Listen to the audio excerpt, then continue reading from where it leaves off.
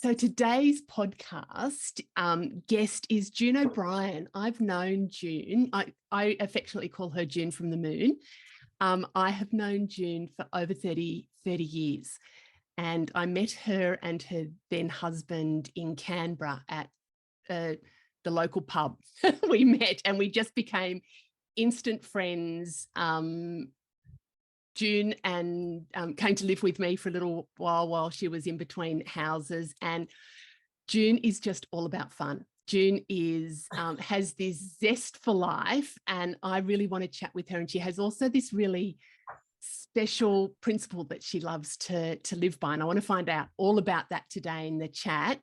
And June is also one of the most kind-hearted people that I know, whether it's strangers, her bestie, she's always there to just help people out. So June, welcome to the podcast. How are you? Thank you. I'm very well, and thank you so much, Catherine, for inviting me to do this. I'm super excited to be here and chat with you, of course. Oh, so excited. Like I really am excited. We've been one of those friends, you know, when you say people come into your life for a reason, a season, or a lifetime, you're definitely a lifetime friend. And I'm not sure if it was random or what it was, but we met at the local pub. It was meant to be, wasn't it? It was meant to be. Yeah, yes. You and all your friends that never showed up for an hour and a half. This table is for my friends. We were like, really? Are they coming? Yeah. So, and they didn't, did they? Did they come? Yeah, they did. Yeah, Alan and all of those. Yeah. But it was an hour and a half later. The date. So it doesn't matter where we've been, travel, we always just reconnect and pick up as if it was still the same. Yeah, I love that. I have a number of friends like that you might not be in contact with each other regularly, but when you are, it's like it's just like yesterday. So that's definitely one of those friendships. And I want to find out, actually, I know a lot, but I want our listeners to find out and share with them just who you are and how you do life. And I thought before we'd start, where we would start, before we go into your principle for how you live life, just tell us a little bit about who you are and what you do, like maybe where you grew up and what growing up was like for you.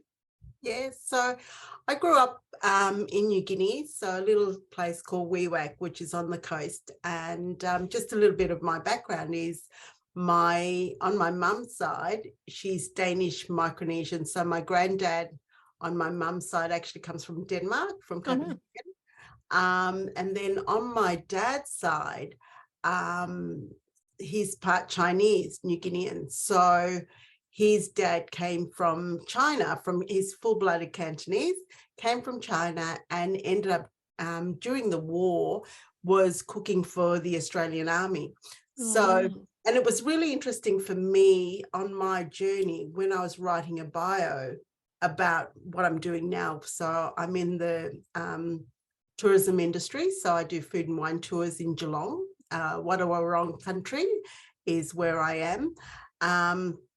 And just doing a bio, I went, this is probably where I think it has influence. It's in my blood to travel and to explore.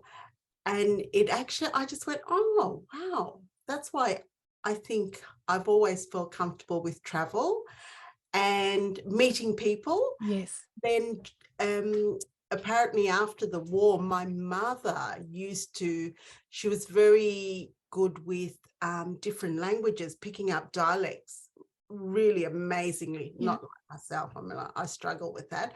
I'm still learning Italian. I'm just having a gap year. Yeah. About 5 years. 5 gap years, yes. Buongiorno, I think I did 5 weeks of Italian. I did 5 weeks of Italian. Mine's still a gap year. Buongiorno Marco's is far. But anyway, so my mother used to actually take tours.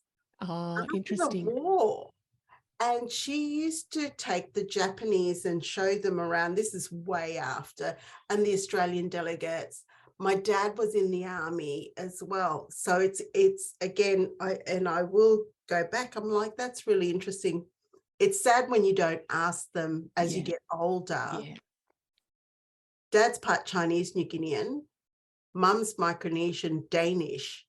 How did they get together? You know, like, yeah. So That's what I was going to ask you. Do you know how they got together or not? well, working in, what were they, mission? Yeah. So my mum was very good. My dad was a mechanic and my mum was just, I don't know what she was doing. I think a seamstress or something. She was very clever with, you know, cooking and baking, and that's what they did, I suppose. Yeah. Yeah.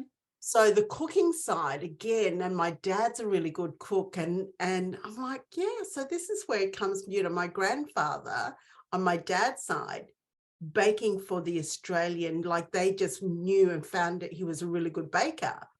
Wow. That they went, you have to cook for us, you know. So he would make bread for them. So this was in New Guinea in the war. Yeah, in New wartime. Guinea. Wow. Yeah. So he. Wow, that would be so interesting to even, you know, finding out about just how that happened, just how they cooked for the numbers there and what they cooked and how it all, the logistics of it would be very cool. Well, it was interesting. I know there was one part with my dad who used to go, you know, the Americans used to do his head in because he looked Chinese. He's Chinese. Yeah. But they, you know, Chinese, Japanese, didn't matter. So every time they used to pick him up, they used to interrogate him. Oh, wow. And he was working for the plantation. He goes, oh, no, you know, my dad's, you know, baking for this Australian army, Yeah. So they drag him all the way back, find out, confirm that he did work there and that his dad worked there. You know, used to check his dad's paper because he's Chinese versus Japanese. You know, during the war, they couldn't really tell the difference. Same, different. Wow. So and then they'd let him walk all the way home, and then he'd get picked up again. Gosh. And this could go on for, you know, like 5 or 6 times, where finally he'll eventually get home. But the Americans, and he goes, oh, bloody Yankees used to pick me up all the time and, you know, interrogate him. Where you going, boy? You know, all this sort of stuff. So that was interesting. But again, going back, you know, the cooking side, my dad loved cooking and baking. My mum was a brilliant baker, seamstress.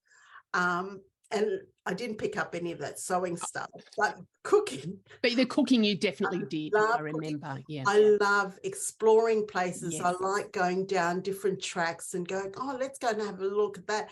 Because then I look at my 2 grandfathers and I go, one's come from Cantonese and the other's from Denmark. So my Danish granddad was supposed to be in New Zealand. He hopped on a boat with this guy. So they went, through Spain looking for gold, and ended up, he was supposed to go to New Zealand, but he hopped on and met this guy at the dock, said, no, let's go to New Guinea. They reckon there's more gold. And somehow he ended up, instead of going to New Zealand, he ended up in New Guinea. Yeah, and then in New Guinea he married. So on the island, that they actually crowned him as king of the island. Wow. You can actually have 2 or 3 wives. Oh, okay. So my mum's mum, 1 of 3 women. Oh my goodness. So out of that, she's also got her, so same father, but the other 2 mothers, one didn't have any kids, but one has 2 other daughters. So there's my mum from one mum and the other mother. So, you know, the oh my gosh. Yes. So you actually come from royalty then? No, but they made him a king, but you know, of the island. Take it, yeah. So you're like royalty, June. I am royalty, yeah. But yeah, so, and it's a beautiful little island. It's called Woovaloo, and it's in a coral atoll all throughout a lot of the American students actually come and do their marine studies there. Studies there.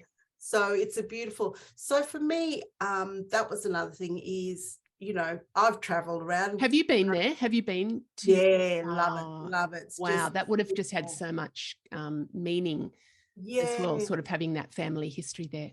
Yeah, I should go back, but New Guinea's a bit dangerous. Yes, And, yeah.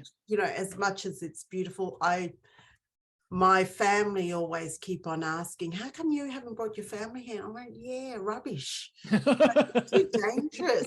We'd rather go to Fiji or Vanuatu. It is dangerous. So how you were born there, and how long did you live in New Guinea for? Only until I was, suppose, 10, 11, came down to Brisbane, went to school in Brizzy, because back then you also had a choice of, choosing Australian citizenship. Yeah, sure. Because we were, owned by Australian or run by Australian then. Yeah. So I came down, went to school in Brizzy, in Woodridge, Logan. Logan. And did your mum and dad come back? Did they move back to Australia? You came, was it boarding school? Boarding, stayed with my auntie and uncle. Yeah. Then my mum passed when I was really young. So during that year, actually.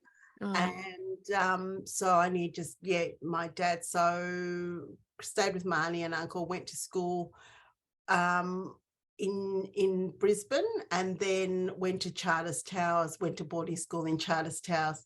And from there, because it was cheaper to go to boarding school in Charters Towers than it was to be in Brisbane.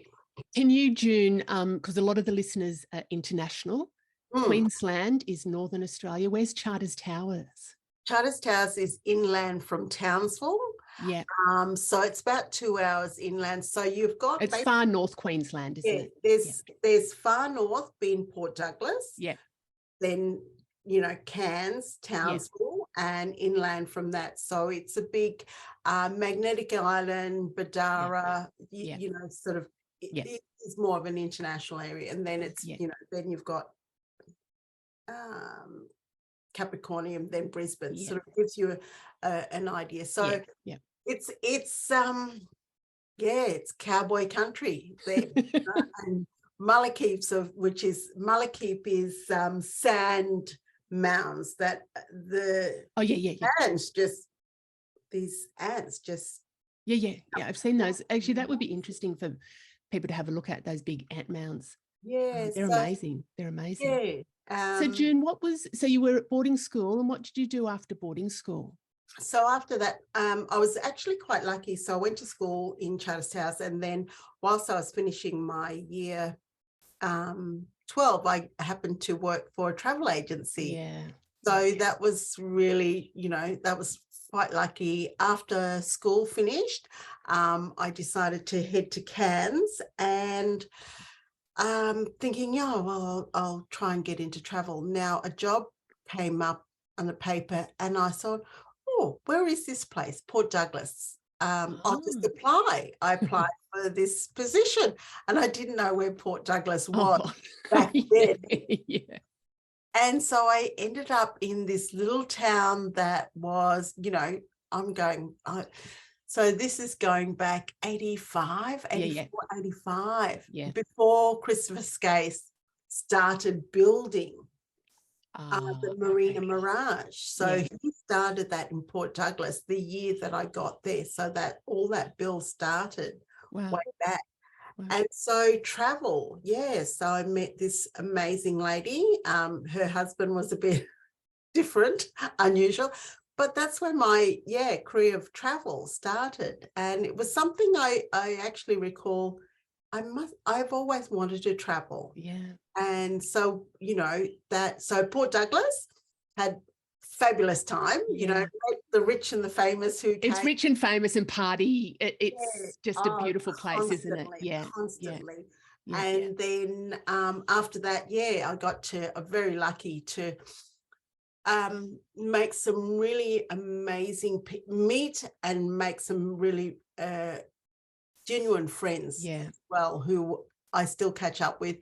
But in a sense, it's something that I'm now practicing. So I met some really awesome people who actually helped me to connect me with places. So I ended up working in San Francisco for these two amazing, awesome women. So I went to after whitewater rafting, I've done adventure travel of all sorts, and ended up in San Francisco, working for a wholesale travel company there, and being an expert about, diving in Australia, Fiji, Bali. So part of my whole thing was, I was SME for selling Australia and Bali and Indonesia and the Pacific. So these two ladies, I'm forever grateful and in debt to, who were friggin' awesome. Yeah. And, they were strong women. And it was interesting when I go back and I think what used to happen is they had, their kids, they were breastfeeding. One was breastfeeding while, negotiating contracts and stuff like that. They were diving, they were, really into all sorts of stories, photography. And when I came back to Australia, I got married, first married, that fell apart. But you would have only been young 20s then, early 20s, wouldn't you? Yeah. Because I'm just thinking we're the same vintage. I'm only 38. Yeah, same. Oh, I must be a bit older. I'm 44. Yeah. So we're the same vintage. So you would have been early 20s when you did this. Yes. Wow. Big So brave steps. Was, 2 years. I loved it. Yeah. Everything, like my apartment with the bed that came out of the wall. Yeah. And then folded up. Yeah.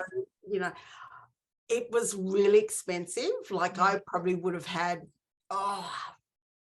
maybe only $100 a week left to go out and party, but I loved it. I could walk everywhere, Lombard Street, Golden Gate. I thought I could walk in the Golden Gate Park in one day. I'm like, oh my God.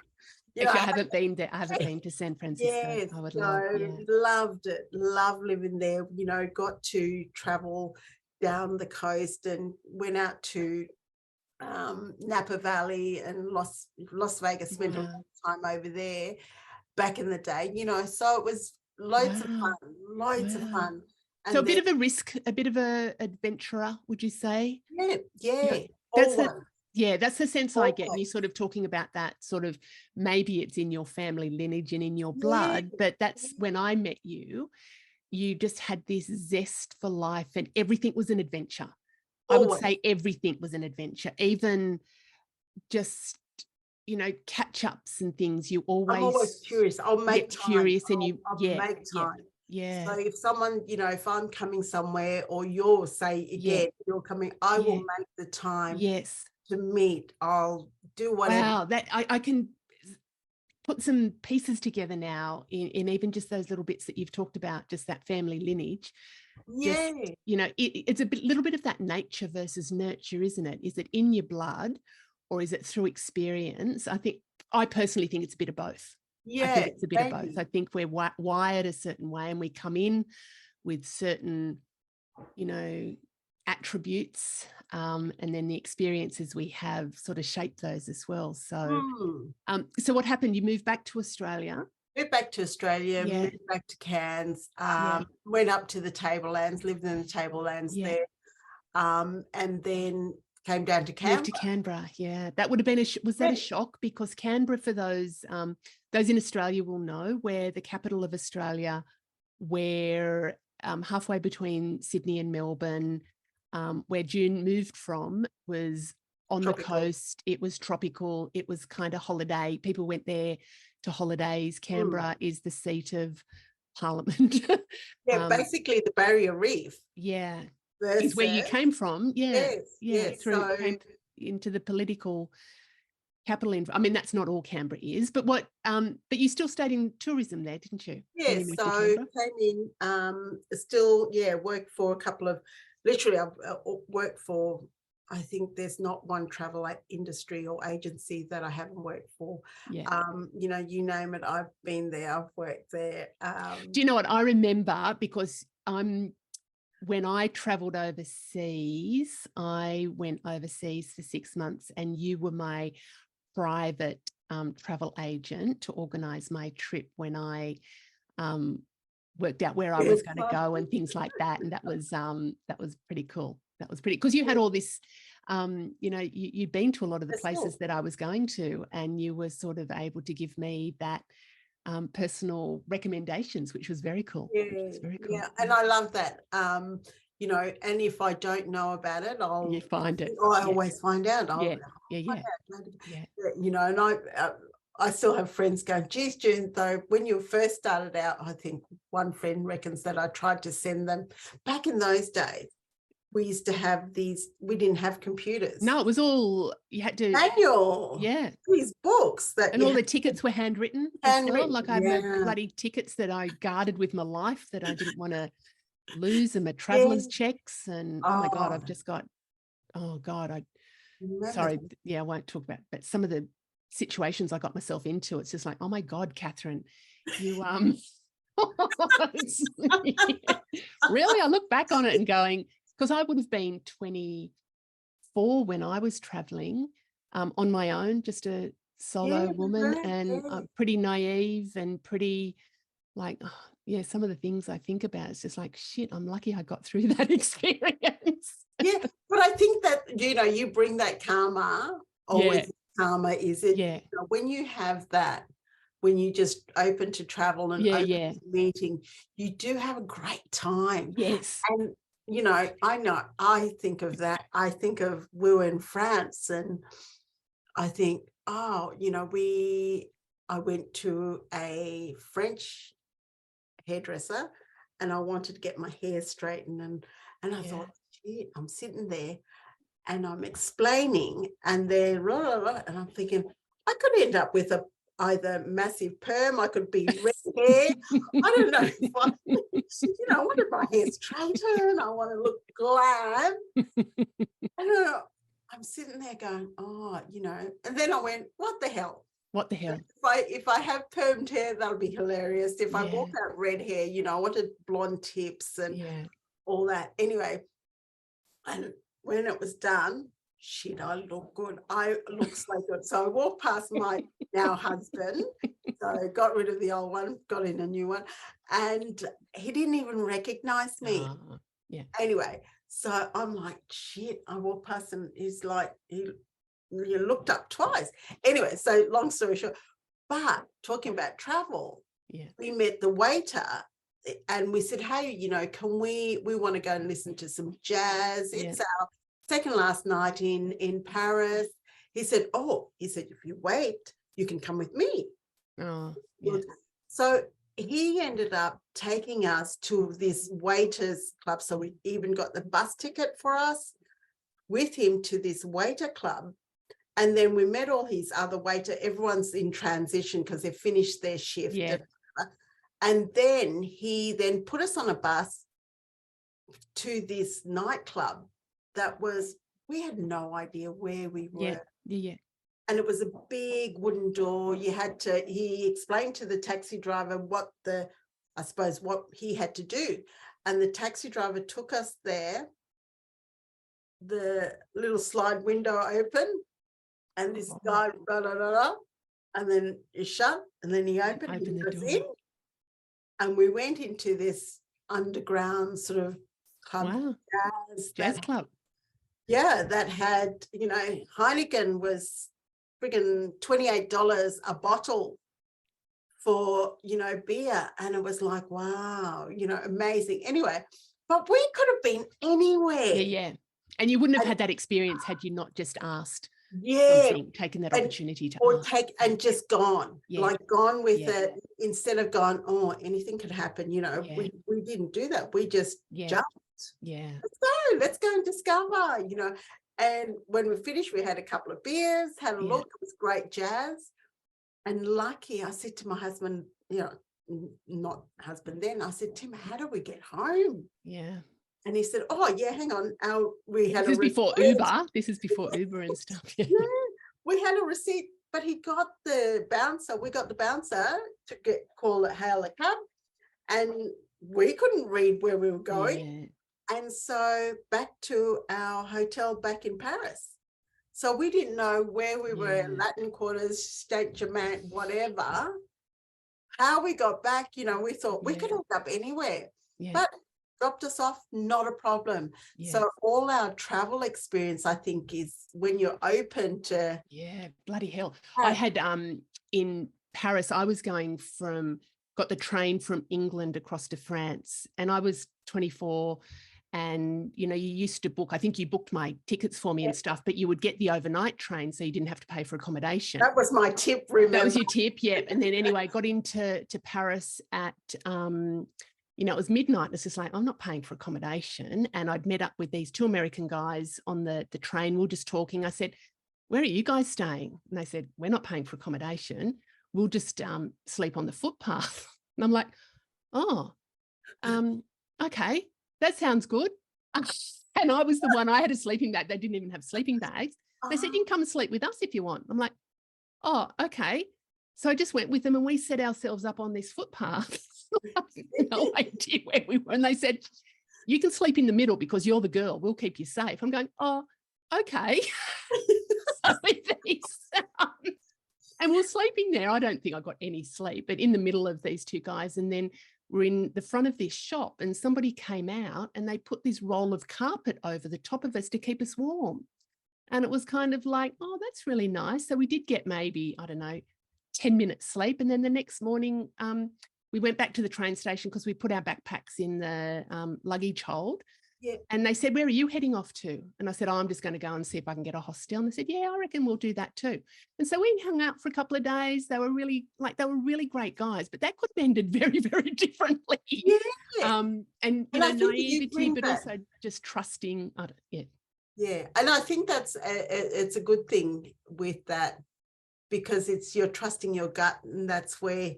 Yeah, or it was just, yes, we could look at it that way, but but I think back then, I think, you know, had we learned about your gut feeling, we didn't have that. We just went, okay, let's just go. Yeah, just do that. Just do that. I think there was somebody, because there were some dumbass things that I had done on that trip, and you know, in other areas of life as well. But cool. So travel was a big thing. Big thing. And so you've always been in the travel industry? Because I know you were, you definitely were when I met you. Yep. You've stayed in that. Let's fast forward. What are you doing now? Because you've got your own business. Yes. Yeah. So fast forward. So basically took a bit of a detour from travel and worked in the basketball industry for of course, 8 years. Yeah. So when I came back up to visit, so work for so there's three levels of the tier of basketball. There's NBL, and then NBL 1, and then VJ, which is a junior. So there's three levels of basketball. So I was with the team NBL 1, but I also helped out with NBL as well. So that's the National Basketball League here in Australia. National Basketball League in Australia. And so did a bit of community customer service in that space, and sponsorship. So because that's the sort of person I am. It's still within, I was going to say, even though it wasn't travel, it's still that customer service, organising experiences. The thing I remember very much about you, June, is you would curate experiences for people. And still do that. So always, and every time with even working in the travel industry in the basketball, I like showing people around, taking them around, you know, when visitors, you know, you need to go here, you should try that, you eat there. And I'm, you know, and again, it was always about food and travel and experiences. And so, you know, after doing that, my husband calls it a impulse purchase in Geelong.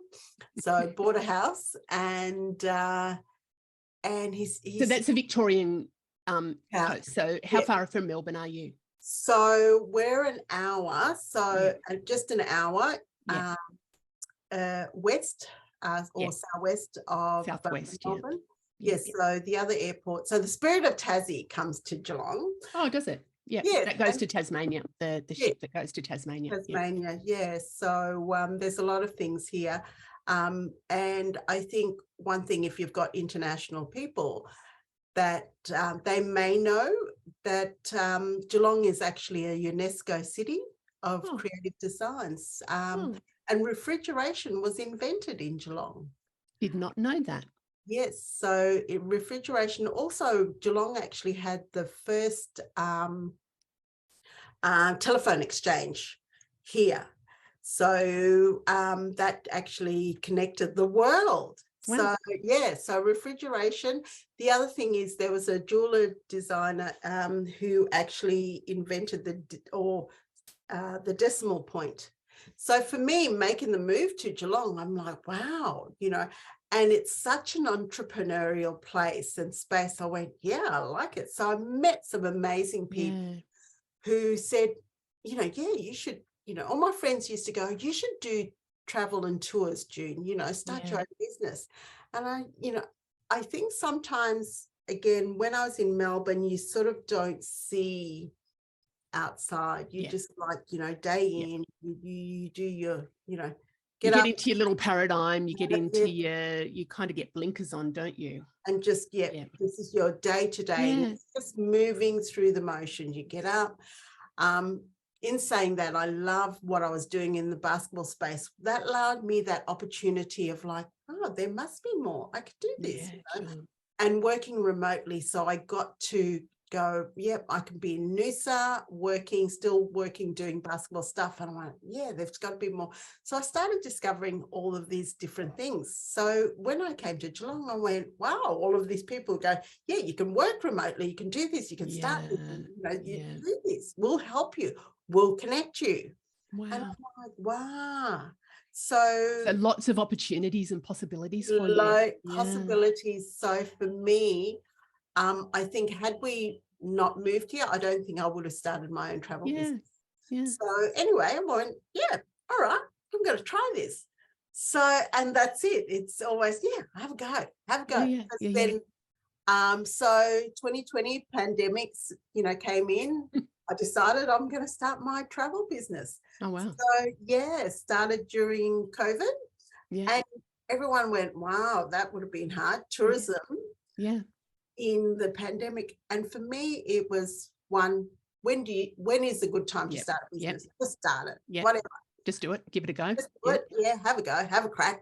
And the other thing was, it was a really good time to actually study what I wanted to do, how I wanted, perfect. That setup. Taking my time to build those foundations of the business. What am I, I know I'm great at, and that's one of my superpowers is connecting and, customer service, I suppose, has always been me. Yeah. But then putting that, how do I do that as a business? Yeah. What can I do? So having that time, and I wasn't in a rush either. I'm still not in a rush. Yeah, that's perfect. That's perfect. Make love sure that. You test it. I'm still testing how I'm doing the business. Anyway, so yes, so I decided. So what do? You take people on tours to wineries? I take people on tours, so food and wine tours, but I don't say tours. It's experiences. Oh, perfect. Yeah, sorry, my bad. Don't put me on your marketing team, but yes. Food and wine experiences. So food and wine, but it's also different experiences as well. So for example, real estate. So one of the things that I've found is, and I've traveled. So every time I'm like packing up, trying to get into a location, you look at real estate and you go, oh, the house looks great. But when you get there, it's like, oh, geez, the neighborhood, the grass is up. It's a bit of a, even though it says the school zone is only, 10 minutes down the road, but geez, it's you don't really know a sense of what the suburbs like, do you, when you're looking to relocate? Yeah. So do you do that for people? Do you do that for people? Yes, so doing that as well, working with corporates, so EAs, so that's another spin on part of my business, is looking after EAs who send me an email and say, hey, June, we've got a meeting coming up, we've got 10 people. So I'm technically like writing like an itinerary still. Oh, perfect. Yeah. So while they're still doing their own business, working, doing their job, I can send them 3 places, quotes, for an event here, pricing. Lovely. Yeah. And then send it to them. They can go, okay. And they can either connect, then saves them, swiping, looking up things when, they so almost like a little bit of there's bits where you do take people on experiences, but you're also an intermediary for their experiences, but also the real estate option as well. That real sounds estate, again, it's showing them around. It's still tours, but showing the different suburbs. Perfect. Experience wow. of, this is a growth area. This is what's happening in this region, down all the way down through the surf coast as well. So people might know about Bells Beach being an international surf area. Looking at real estates from down there through the coast versus Geelong. So Geelong's growth, we were the third biggest growth real estate during COVID, because people were wanting to, because I guess it's in that the lifestyle. It's lifestyle. Yeah. Actually, I've got a couple of friends that have made that sea change to do that. Yeah, that lifestyle change. So showing people that, again, a lot of people don't realize how awesome this area is. Yeah. So people think of Melbourne, Melbourne, you can get there there's going to be a fast train that they're building. We've got the ferry to get to the city, but, so showcasing that. Yes. So when people do come here and it's a food and wine tour, not only, and it's an experience. Yes. So I tell them also about the history. Yeah. Yeah. As well and as, I'm sure you just being with you would be an experience. So you've got your little van and you take them around, don't you? Yeah. So I only take up to max. I like small 10, a group of 10, but it is all bespoke and curated for them. Yeah. So yes, definitely do that. Oh gosh. And you can see, June, the travel, the adventure, the experiences, that's definitely, part of the package of who you are. I want to dip back because I did say at the intro that there is a principle that you do live your life by, and we were chatting about that. So do you want to share that with the listeners? Yes, I loved it. Yeah. So one of the things that I like, and it's called, there's a poem and it's called The Dash, and for me, it's Make It Count. So the dash, if you get time, the lady's name is Linda Ellis, who wrote this poem. I think she is the original writer. So it's about, when a person's born and when they die. So on their tombstone, you have your birth date, and your death date. Yeah. And there's just this little dash. Yeah. And when you go to a funeral, people talk about, so-and-so, well, they were born at such and such, and that little dash has so much, Yeah. And it's all their story and their journey in that dash to the day they die. So for me, part of my motto is make that dash count. Yeah. Do whatever. So, whatever. So even though on your tombstone, it's just so tiny. Yeah. And it looks like there's nothing. So for me, that's what it's about. Make that dash and do, make it count. Do whatever. I love that. Have a go. And yes. So I love that so much, because really, to me, that's a really powerful metaphor, and we will put the link to the poem in the show notes. Yes. But to me, it is such a powerful metaphor that on your tombstone or on your plaque or on your, that wherever, that little dash doesn't look like much, but what is it that you're going to make of your life? Yeah. And because this lifetime, we have one experience, this lifetime to experience, what are we actually going to do there? And the choice is ours. There are some circumstances, there are some events, when you're in Paris, you could have just gone home after the dinner, but you chose to ask if there are any jazz clubs around, and it opened up this beautiful experience. I could have chosen to, pay extra money and go to a hostel and not get to sleep with those two Americans in the middle of those two Americans on a footpath in Paris.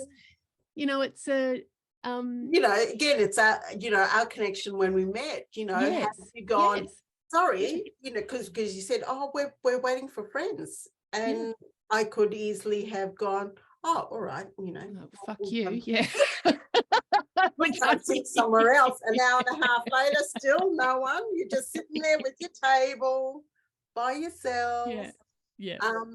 But yeah, so yes, and we just got chatting. To me, it's those kind of sliding door moments. You know that movie, Sliding Doors, that if I chose to do this thing, this can happen. But if I choose to do something else, another thing could happen. For me, it's about that conscious living and really about making the choices and making the most of life. Really, for me, it's about making the most of life, which is what you're sharing as well. Is absolutely just have a go. I think that's one thing we've always, I think, chatted about is if we try an experience or trying something, whether it's different new food that we've never heard of, or a restaurant, you take the gaunt and you go to a restaurant because someone's recommended it or you've heard about it. So I think for us, we always go, okay, we'll go and see. It's something that I'm trying to teach the child is my daughter. She's 24. I refer to her as the child, and all my friends know her as the child. And it's something that she'll say, oh, but Mum, but what if? And I'm going, yeah, but what if? What if? Yeah. What if you don't? Yeah. What if you do? Yeah. And I think trying to teach her that, but have a go and do something, because the kids nowadays everything is, they'll have a look on their phone first. Yeah. And almost instant gratification sometimes too, I find. One of the things we've just come back from a nice relaxing time at the coast, and I'm one of those people. I don't like cold water. I don't like cold stuff. And the water was really cold, and I'm one of those, tiptoe into the water. And, my son, Henry, is a walk up, dive under, and it's beautiful. And I always think, like, why just get in, just do it, because once I'm in the water, it's that initial kind of just like, I don't like the feeling, but once I'm in there, I love it. So why am I prolonging it by just tiptoeing and fiddle farting around? Sometimes we just need to embrace it and just get out of our own way and just do it.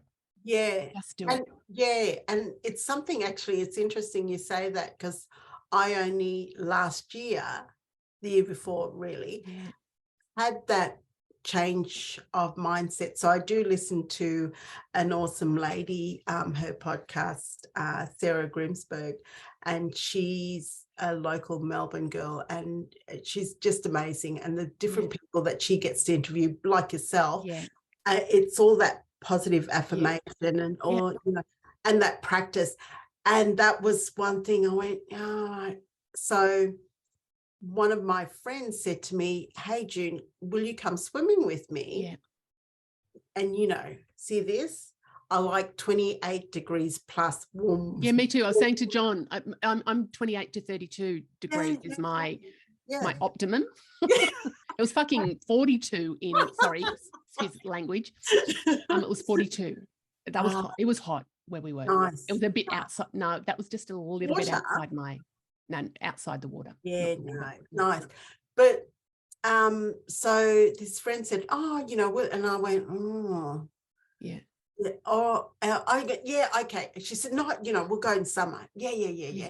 Anyway, this is down in our beautiful Eastern Bay here in Geelong, and if you have a look at my Instagram, you can see it's like the French Riviera. It's beautiful with big fountains and closed in. Anyway, we went swimming, and I said to my husband, oh my God, I've said yes, I've committed to go swimming with her. And we went in, and I loved it. Yeah. And it was that get out of your own way. Dive in. Yeah. And I loved it that much. Yeah. But the next day I said, right, we're all going down for a swim. And I love it, so we're all going to love it. Yeah. The child said to me, what have you done with my mother? And I went, And when we went down, she stood there, she squealed, she carried on, she wouldn't touch the water. Mum, it looks cold. I'm like, no, just dive in. You know, and that's that snap of just doing it, jump. Yeah, just do it. Embrace it. Oh my gosh, June, we could talk forever and ever. Yes. Tell us where the listeners can find you. Where's your what's your business called?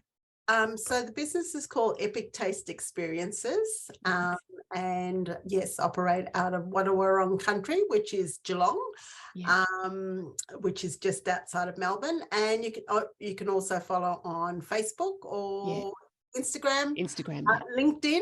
I do also have a business under the LinkedIn. Yeah, cool. We'll put all those details in the show notes there if people want to find them. So, oh my gosh, time just goes way, way too quickly. Thank you so much, Gorgeous, for that. And look forward to hearing about your next experiences, your travel experiences. So thank you. And great big happiness to you. Thank you, Gorgeous. Thanks, everyone. Ciao. See ya.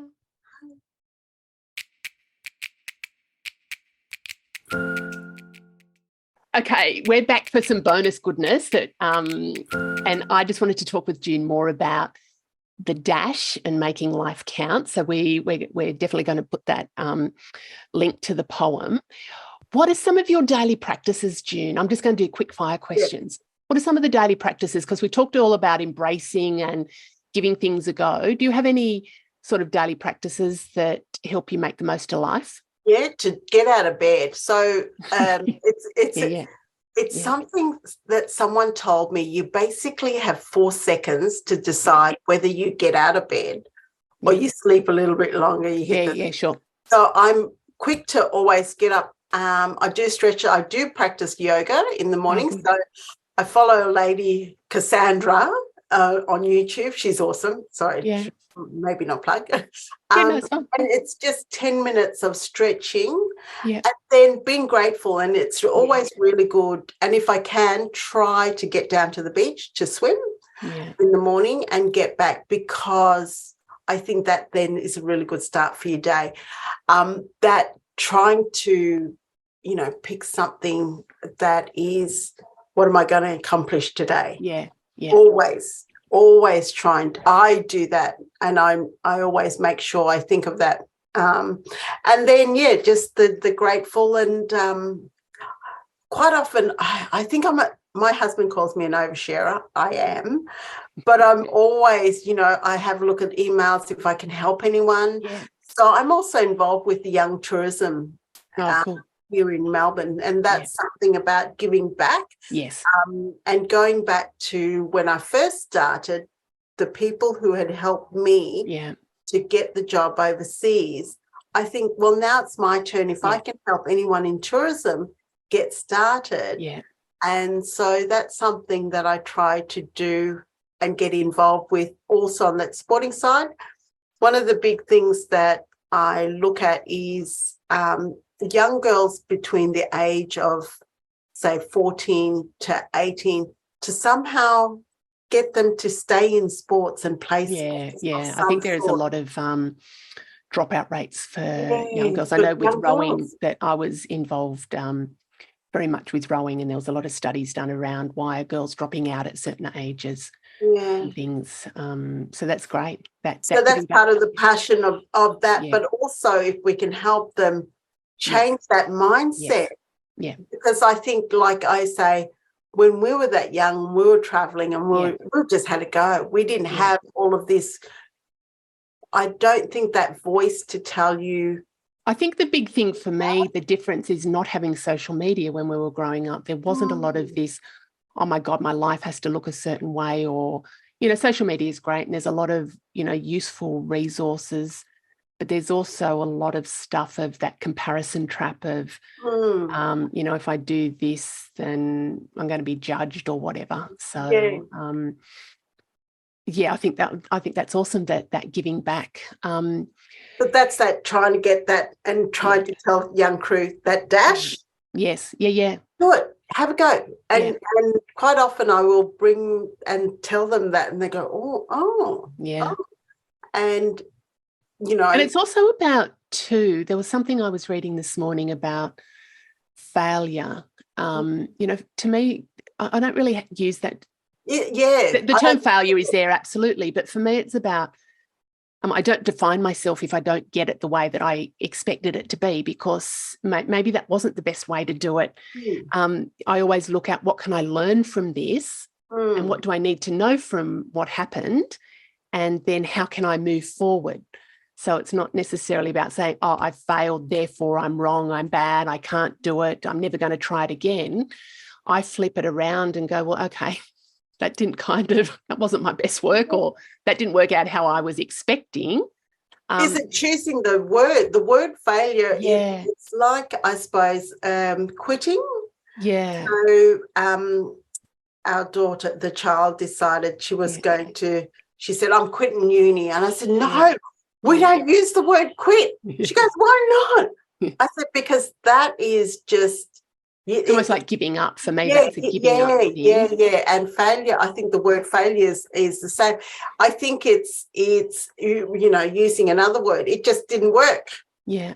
And for me, that's not denying that, if somebody doesn't want to, don't just stick with something for the sake of sticking with it, but it's about making the conscious decision not to continue.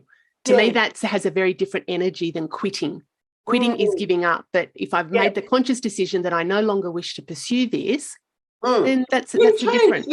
That's a different thing. I do a lot of that when I'm coaching people, especially when they're looking for, new career opportunities. Sometimes it's really not great where they're at the moment. And I say to them, if you want to leave, think about what your decision to leave is. Are you running away from something, or are you actually choosing not to continue to find something new? To me, they have very different energies. And if you're running away, it's going to friggin' catch you at some stage. But if you're consciously bringing that to a close and choosing something new, very different energy. And it's in our, a lot of it's in our mind. Yeah. A lot of it's in and how we view things as well. And others might have different opinions, not to say ours are the only way to view things, but it's and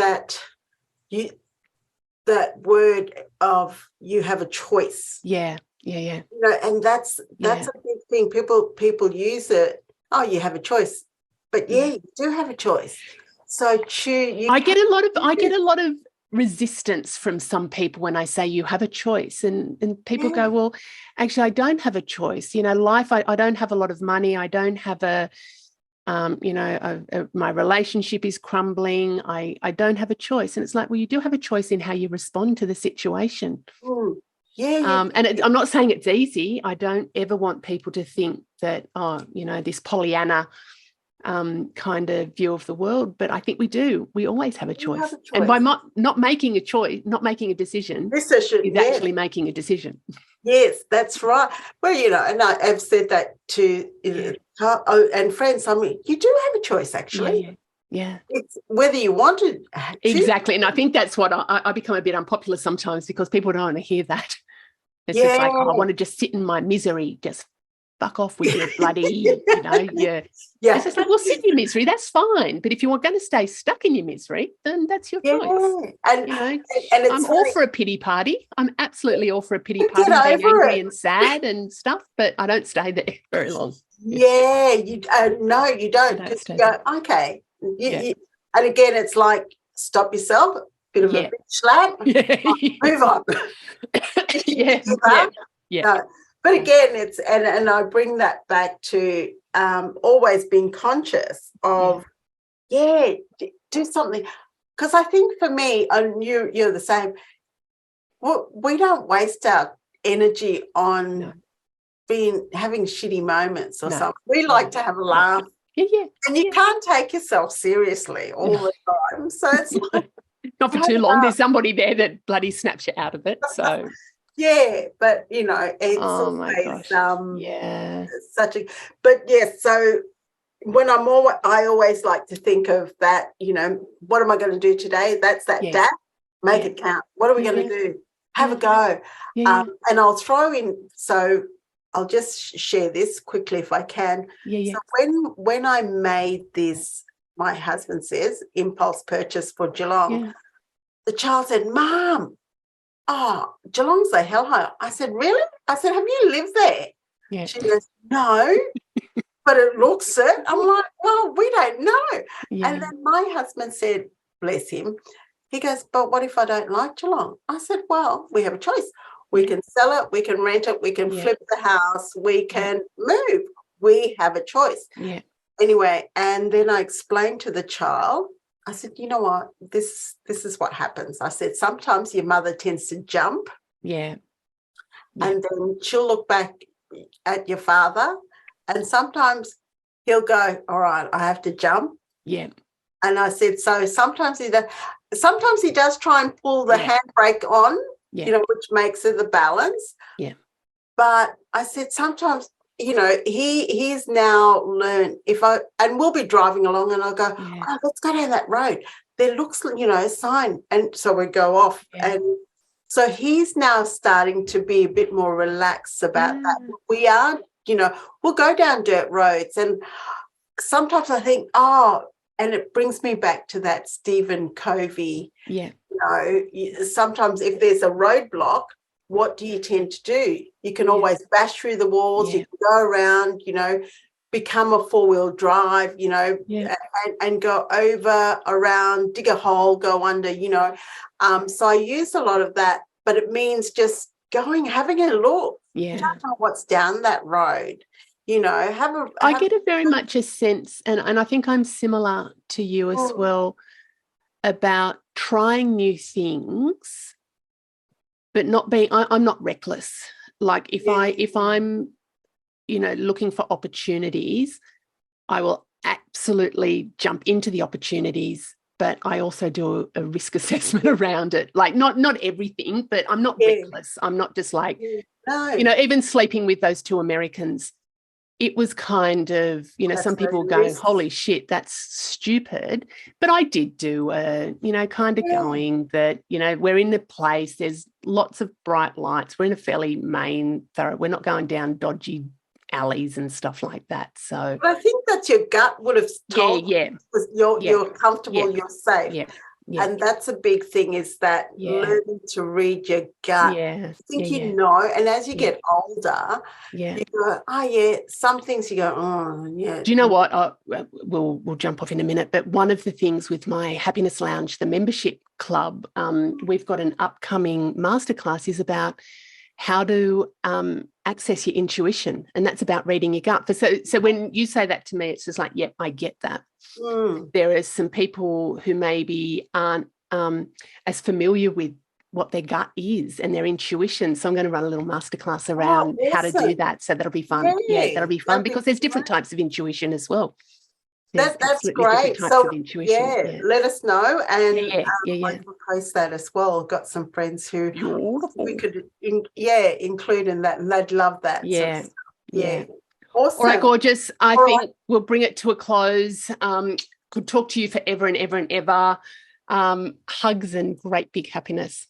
Thank Love you. You. Ciao. See ya. Bye.